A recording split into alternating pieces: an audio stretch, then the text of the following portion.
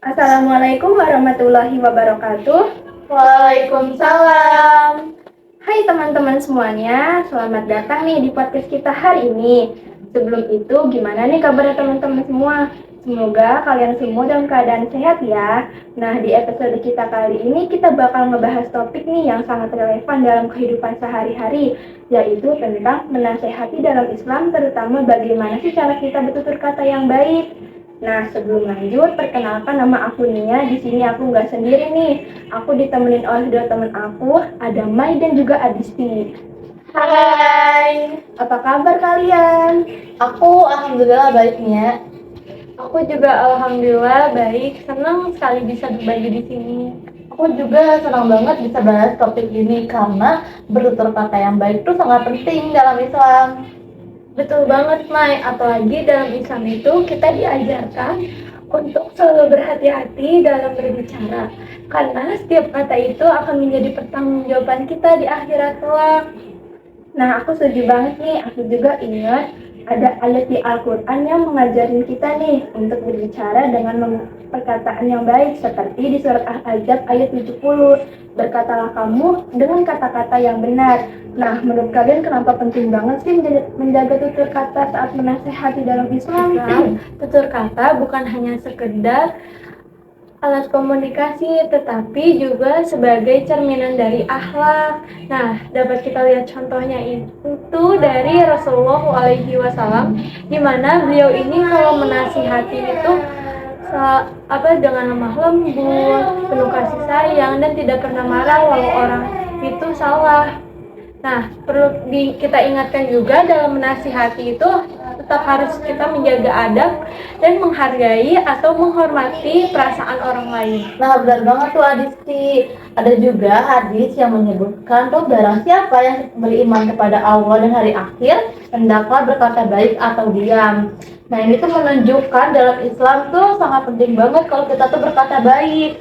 Kalau kita menasihati orang dengan cara yang kasar atau menyakiti perasaan orang lain tuh nanti ada tuh malah kayak nasihat kita nggak diterima atau ditolak. Padahal kan niatnya baik. Jadi sebenarnya adab dalam menasihati Islam itu dibarengi sama hikmah ya.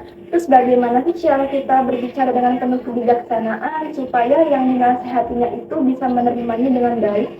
Betul banget tuh Nia, ada Al-Quran yang menyebutkan dalam surah An-Nahl ayat 125 nih ya. Kita tuh diperintahkan untuk berdakwah dengan hikmah dan nasihat yang baik. Ini tuh artinya menasihati bukan hanya menyampaikan kebenaran, tetapi bagaimana caranya agar kebenaran itu bisa diterima dengan lembut. Iya, dan seringkali cara yang benar itu dengan kita memosisikan diri kita itu di tempat orang yang kita nasihati. Rasulullah SAW selalu mendekati orang dengan kelembutannya.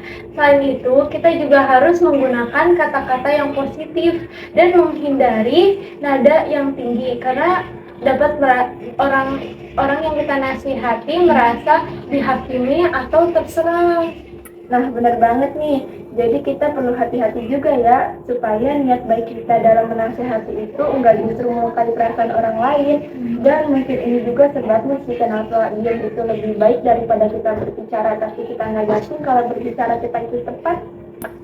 Iya, dalam Islam diam juga termasuk bentuk kebijaksanaan kalau kita tuh belum bisa berkata baik. Jadi mari kita sama-sama belajar nih untuk ngejaga lisan kita, terutama saat menasehati, agar apa yang kita nasihati itu membawa kebaikan, bukan malah sebaliknya. Iya, benar banget, Mai. Insya Allah dengan niat yang baik dan cara yang benar, nasihat kita lebih mudah diterima orang lain dan bermanfaat juga bagi orang lain. Wah, makasih banyak ya obrolannya untuk Mai dan juga Adisti. Semoga pembahasan kita mengenai menasihati dengan menjaga tutur kata dalam Islam ini bisa menjadi pengingat nih buat kalian semua untuk selalu menjaga lisan. Terima kasih buat teman-teman yang sudah menonton podcast kami. Jangan lupa untuk mengikuti episode-episode berikutnya di podcast ini. Sampai jumpa lagi. Semoga Allah selalu memberikan hidayah dan kemudahan setiap langkah kita. Wassalamualaikum warahmatullahi wabarakatuh. Bye-bye.